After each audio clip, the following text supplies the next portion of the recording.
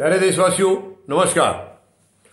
किसानों की जो खेती करने के दौरान में शुरू से आखिर तक जो समस्याएं आती हैं, कोई भी सरकार आज तक इनके प्रति बिल्कुल भी ये चिंता इन्होंने नहीं की है, ऐसी जागरूक नहीं रही है कि किसान की समस्याओं का किस तरीके से हमें समाधान करना चाहिए ताकि खेती इनकी कुछ आसान हो सके, अच्छी हो सके और हमारा अन्न भी जो है और ज़्यादा पैदा किया जा सके। क्योंकि जब किसान को सहूलियत मिलेंगी तो वो उसकी जो एफिशिएंसी भी होगी वो बढ़ेगी, उसके रिजल्ट जो आएंगे खेती के वो अच्छे आएंगे। लेकिन नहीं, 74 साल में इस देश को किसानों के हित की सरकार अगर कोई मिली थी तो एक मिली थी, जो कि बहुत कम समय के लिए रही, लाल बहादुर शास्त्री जी की, जिन्होंने नारा दिया था जय जवान जय किसान। और आज उस नारे को बदली करके जो बाकी सभी सरकारों ने यही किया है और वर्तमान सरकार ने तो बहुत जोर से किया है, मर जवान मर किसान, ये नारा है। वर्तमान सरकार का नारा है मर जवान मर किसान। अगर मैं गलत कह रहा हूं तो देशवासी जवाब दें। 1 साल से किसान को बिठा के रखा है तो क्या ये मरने के लिए तो बिठा रखा है? ये सोचते किसान को मार दें सही। 750 से ज्यादा हत्याएं, मतलब एक किस्म की मौत हो चुकी, शहीद हो चुके हैं। ये हत्याएं हैं प्रधानमंत्री महोदय की तरफ से, ये मर्डर हैं, क्योंकि किसान शौक में नहीं मर रहा है। वहां वो यहां पर कोई अपनी किसी को हार्ट अटैक हो जाता है टेंशन की वजह से, कोई ठंड की वजह से मर गया है, कोई कड़ाके की गर्मी की वजह से। किसकी मेहरबानी से? प्रधानमंत्री महोदय की मेहरबानी से। प्रधानमंत्री महोदय, ये जो शहीद हुए हैं ये आपके मर्डर चार्ज लगने चाहिए आपके ऊपर, क्योंकि आपने केवल ये किसानों का नहीं है।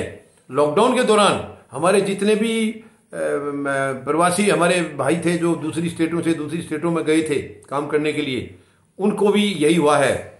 आपने लॉकडाउन ऐसे तरीके से लगाया जैसे कोई बुद्धि नाम की चीज आपके पास थी नहीं, और उनमें से कितनी मौतें हुई हैं। एक तो आप इतने बड़े कलाकार हैं प्रधानमंत्री महोदय, आप सच्चाई कभी बताते नहीं है। सच्चाई जनता के सामने आप आने नहीं देते, आप आंकड़े छिपाते हैं, आप आंकड़े छिपाते हैं। आपको एक्चुअली पता नहीं क्या बात है, सारी जिंदगी आपने हर चीज छिपाया है, हर चीज को आप छिपाते आए हैं, अपनी कोई भी सच्चाई आप बताते नहीं है, हमेशा आप छिपाते रहे हैं। आपने अपनी पत्नी का नाम भी जब आपने लोकसभा का चुनाव लड़ा तब सामने लाए हो, आप तब तक छिपाते रहे। क्यों छिपाते हो आप देश के प्रधानमंत्री के पद पर बैठे हो तो आपको तो सब कुछ सामने रखना चाहिए। एक प्रधानमंत्री को तो देश को उदाहरण देना चाहिए, मिसाल के तौर पर उसका सब कुछ होना चाहिए, उसकी बातचीत, उसका व्यवहार, उसका कैरेक्टर बहुत ही ऊंचा होना चाहिए। देश को मिसाल दे, देशवासियों को एक मिसाल के तौर पर उनका सब कुछ होना चाहिए। लेकिन आप क्या मिसाल दे रहे हैं? आप उल्टी मिसाल दे रहे हैं। आप मिसाल दे रहे हैं कि झूठ बोलने में आज आपसे ज्यादा कोई धरती के ऊपर भी नहीं, भारतीय नहीं कह रहा हूं, धरती पर शायद प्रधानमंत्री महोदय से ज्यादा झूठ बोलने वाला कोई व्यक्ति मुझे नहीं लगता। इतनी झूठ बोलते हैं, सुबह से शाम तक थकते भी नहीं है। और पहले तो ऐसा हो जाता था, सुनते थे कि जब कोई झूठ बोलता था तो उनको बुखार चढ़ जाता था या और भी कुछ ज्यादा कुछ दिक्कत आ जाए। आजकल कुछ नहीं होता है, सरेआम झूठ बोलते प्रधानमंत्री महोदय हमारे, लेकिन कुछ नहीं हो रहा है इनको। इसका मतलब ये सोच रहे हैं कि झूठ अप्रूव है भगवान की तरफ से। अप्रूव नहीं है प्रधानमंत्री महोदय, वो पाप का घड़ा भरने वाला है आपका, तो भगवान भी चाह रहे हैं उसको जल्दी भरें। शर्म आ रही है मुझे ये सब बोलते हुए, प्रधानमंत्री हैं आप, लेकिन आप काम क्या कर रहे हैं? इसीलिए आप जो कर रहे हैं उसके हिसाब से हमें बोलना पड़ रहा है। वरना एक प्रधानमंत्री का जो पद होता है बहुत ही सम्मानित पद होता है, और देशवासी उनके मुंह की तरफ देखते हैं कि अब हमारे लिए क्या क्या कल्याण की बातें करेंगे, क्या क्या कल्याण की योजना लाएंगे, ये सब देखते हैं। हर आदमी उम्मीद लगाता है। और आप क्या करते हैं? आप क्या करते हैं प्रधानमंत्री महोदय? आप क्या क्या योजना लाए हैं? आप देखिए, अब पराली का यानी प्रदूषण के लिए केवल सरकारें यही बोल रही हैं, किसान की जो है वो किसान मुसीबत पैदा कर रहा है, पराली का धुआं आ रहा है, दिल्ली में आ रहा है, यहां पर जो है प्रदूषण बढ़ता जा रहा है। क्या करेगा किसान? आप बताइए मुझे। माननीय सर्वोच्च न्यायालय ने भी फैसला दिया था कि सरकारों को इसका समाधान निकालना है। क्यों नहीं निकाल रहे आप?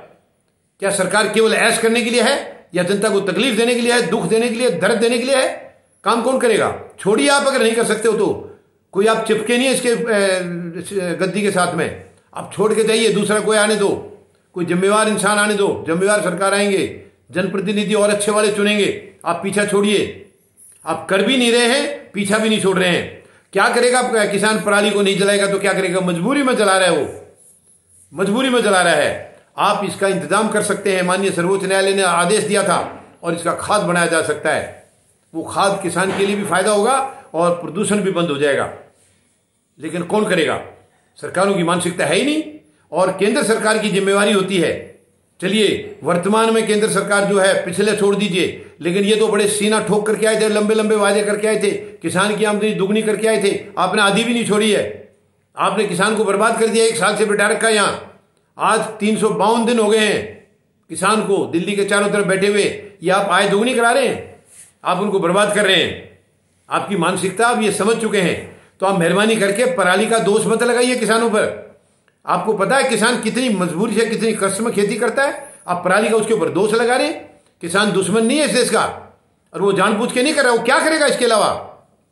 मशीनें जो इसकी, अगर आप खाद बनवाना चाहेंगे तो उसके लिए मशीनें चाहिए। मशीनें महंगी आती हैं। आप दिलवाइए मशीनें। आप गांव गांव में एक एक मशीन दिलाइए, या आप किसी और तरीके से करिए। कुछ किसान मिलकर ले लेंगे, उनको अच्छी सब्सिडी दीजिए। कुछ करिए प्रधानमंत्री महोदय। लूट में से कुछ कम करिए। लूट लिया देश को आपने, पूरी तरह लूट लिया है। कहां कहां से आपने पैसा लिया उसका कोई हिसाब किताब नहीं। हिसाब मांगते हैं तो आप कहते हैं नहीं, ये इसके दायरे में नहीं आता। तो लूट किसी के दायरे में नहीं है क्या? क्यों नहीं है प्रधानमंत्री महोदय? किसने दी आपको इजाजत लूटने की? आप जिस दिन से आए हैं, आते ही आपने दोनों हाथों से लूटना शुरू किया देश को। क्यों? किसने इजाजत दी? ये देश आपका नहीं है। ये देश 140 करोड़ लोगों का है। ये देश जवानों का है। ये देश किसानों का है। ये देश गरीब का है। ये देश मजदूर का है। आपको किसने अधिकार दिया इसको बेचने के लिए? किसने अधिकार दिया? आप बैठे हैं, ऐश आराम कर रहे हैं, और बाकी सबको तंग कर रहे हैं, बाकी सबको दर्द दे रहे हैं। ये मेहरबानी करके पराली का इंतजाम कीजिए।